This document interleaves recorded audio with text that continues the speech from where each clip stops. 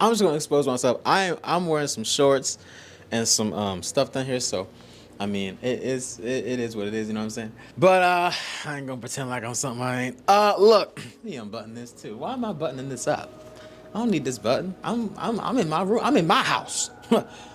I'm in my house. So when you're watching this, it is probably 2024. Happy 2024 as we call it. In today's video, I want to break down the 4 things that you should take with you in 2024. Number 1, what do I mean by focus inward?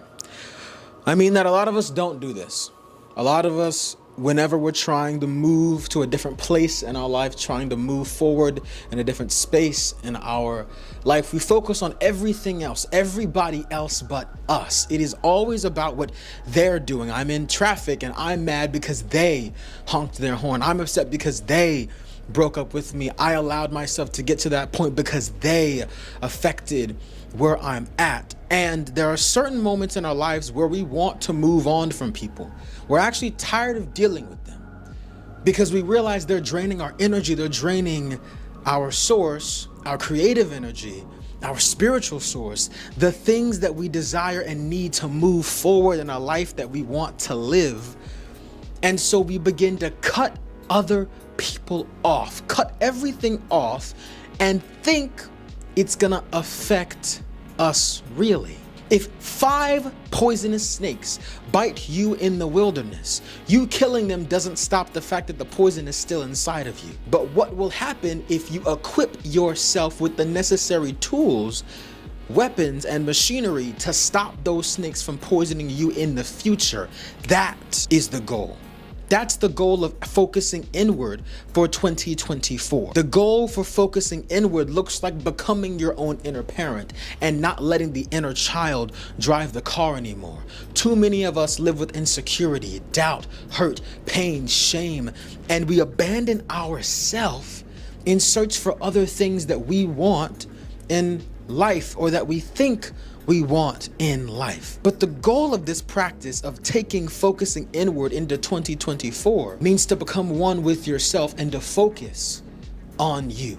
Doing that inner work is so crucial and vital for one's success. As much as the productivity complex, the mindfulness, healing, and intentionality complex across all social media platforms would have you believe that to heal and to work on oneself is solely based in meditation, is solely based in taking a long walk, is solely based in reading.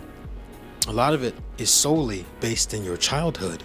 A lot of it is based in all of the things that you want to really run away from. And as much as those things have happened, it's about dealing with them, resting with them, acknowledging those demons to allow your angels to sing in the current moment. Healing happens in the midst, right? And spending that time with oneself to focus inward, right? To be like, look, all these poisonous things in life have bit me. It's in my veins now, right? I can slay all those demons, but what's really important, what's really vital and crucial to me growing is me to get the toxicity and poison out. And if that's through meditation, long walks, giving yourself a hug, I often give myself a hug, right? To let my inner child know and remind myself that I am driving, that I am the inner parent, that the things that my parents could not give me, I am giving myself, or at least trying to every single day. Healing doesn't look one way. Focusing on yourself doesn't look one way. And sometimes it is important to have a self-love practice that includes others. I'm paraphrasing, but there was a quote that said something along the lines of, the reason why a lot of us, one of the pillars or tenets of a lot of us being so anxious, depressed, sad, lonely, and isolated is because we're trying to do things right now alone that 10,000 years ago we knew we needed to do together. We can't heal alone. As much as we may try to, we cannot do this life alone. And there are many people who try to do this life alone. And that is because they're trying to protect themselves. But healing doesn't look one way. So one of the core tenets and pillars of getting better, of growing, of trying to make 2024 the year for you is to focus inward on your money, on your education, on what you want. Literally, speak to yourself like you were two different people. What do you want? What are the things that you're desiring? I don't know. And then sitting with oneself, taking a walk, listening to music, whatever it is that makes you feel alive and good. Actually, scratch that. Whatever it is that makes you good, not whatever it is that makes you feel good. That is one of the core pillars. Number 2, define for yourself what it means to have fun. And you might be thinking, girl, what are you talking about? And what I mean is that in our society, there are a lot of things that are normalized, right? Vaping, drinking, drugs, partying, unhealthy attachment to hookup culture. There's a lot of things that are seen as good, as normal, as things and important and vital elements of what it means to be young. We've been told this by a patriarchal, capitalistic, white supremacist system, that these are the things that it means. These are the things that define youth. One of the things to take into 2024 is redefining youth for yourself. What does it mean for me to be young? Maybe I don't want to go out because it's overrated. Maybe I don't want to drink. Maybe I actually need to put the vape down. Maybe I actually need to stop. Stop. For real. For the benefit of myself, for the benefit of those around me, maybe I'm not going to give into these expectations of what it means to live. Growing up, I heard a lot of times people were like, be young, live a little. I'm alive, aren't I? I'm living life. But what I'm not going to do is give myself over to these expectations of what it means to be young so that I can wake up the next morning and be hungover? So I can wake up the next morning and hate myself and regret and have to ask you what I did last night? Don't play this generation's or society's game, because it's a game that you will lose every single time. And every time you try and level up by playing the game, you step back. I want love. I want life. I want peace, I want joy, I want a boyfriend, I want all of these things, and yet I engage and put myself in situations where people can't see the best in me. If you know gospel, you know what I'm talking about. So it's redefining what it means to have fun. What does fun look like to you? Is fun reading a book? Is fun going to see a fireworks show? Is fun taking a walk? If there's a few things I've learned from some really close people around me, it's that they've taught me that taking a simple walk can be the most fun and liberating thing. You don't need to go to Six Flags. You don't need to go to a club, even when you don't drink. You don't need to do all of these extravagant things. You can simply enjoy and exist within the simplicity. Number 3, don't afraid to be wrong, girl. You gotta be wrong. You know, and I'll admit, I'm wrong all the time. All the time. And as much as my ego hates it, as much as my fragile ego hates the fact that I'm wrong, hates the fact that I've done hours of research on something, and yet somebody brings up a point that I did not think about, or having sometimes a rigid view on life, just being in a situation where you realize, wait a minute, this thought pattern that I have, I've only had because it kept me safe, not because I actually believe that this thing is true. I only have this thought pattern because, when I was growing up, I thought this way to keep me safe from da-da-da-da-da-da-da-da. See what I'm saying? And something that ties into this point, and I suppose also the first one, is you don't need to respond to everything someone says. Sometimes you can be wrong and stop talking. Stop talking. You're in a conversation. Yo, white supremacy is a problem.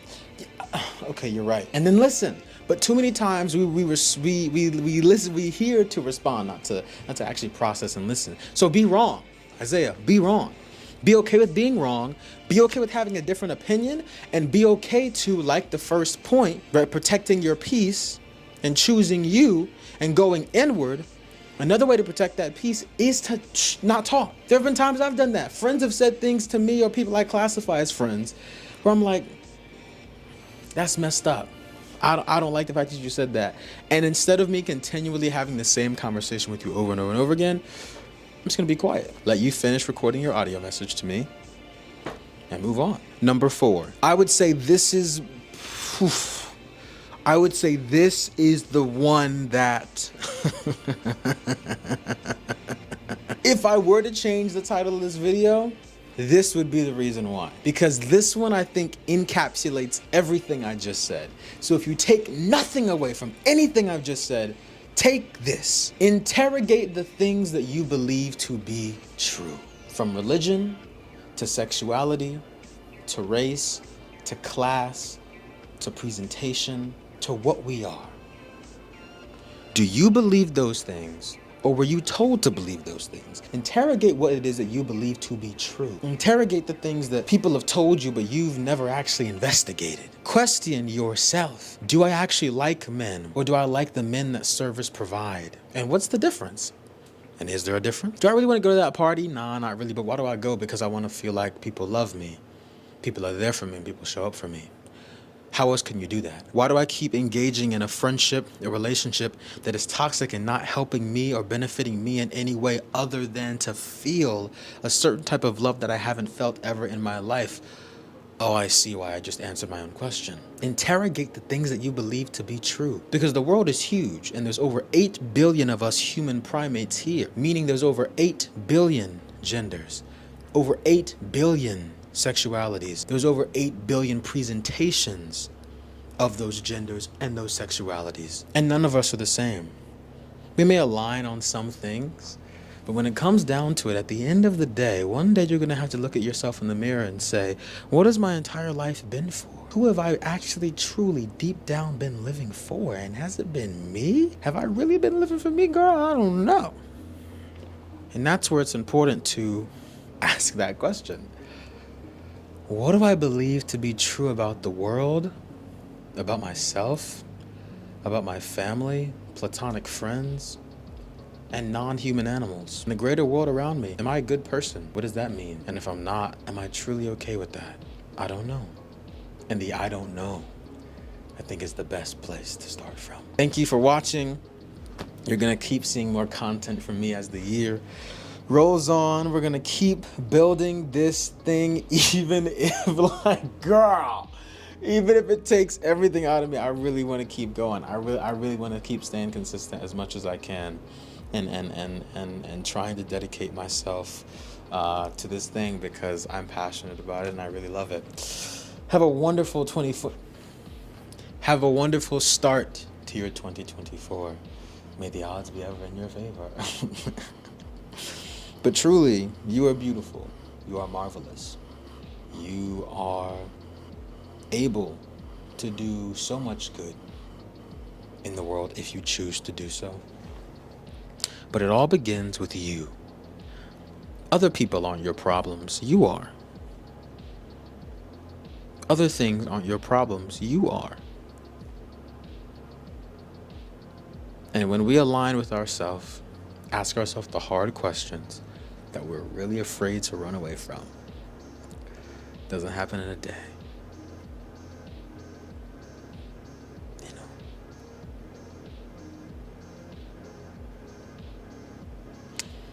But for now,